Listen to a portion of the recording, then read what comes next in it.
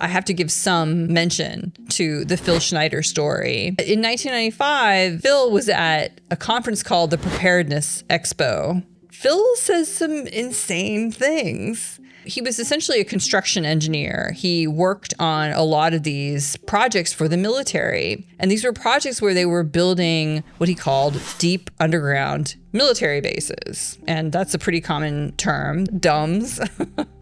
And he said there were 131. This is in 1995. There were 131 of these dotted all across the United States. Who knows how many there are today?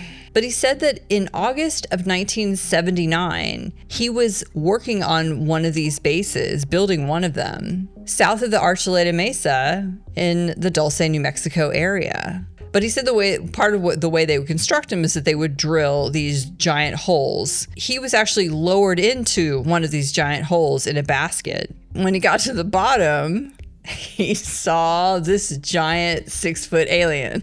Actually, he saw two of them.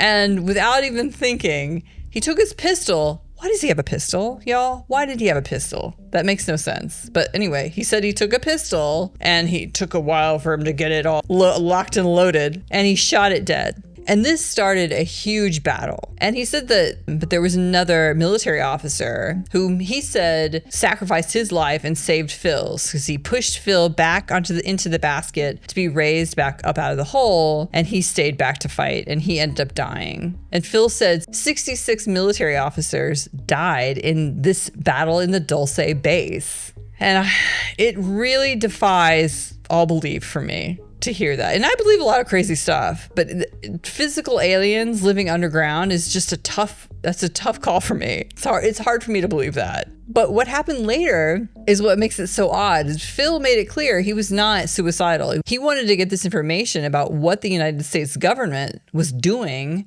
out as far and wide as possible. This whole idea that they were essentially captured and was working to slowly erode the rights of the American people and ultimately enslave the human race. That's not far-fetched at all, in my opinion, given what I know now, but at the time it would have been crazy. But that was his message. That's what he wanted to share with the world. It all sounds nuts, except for the fact that he was found having offed himself in a hotel room not that many months after. It was February 1996.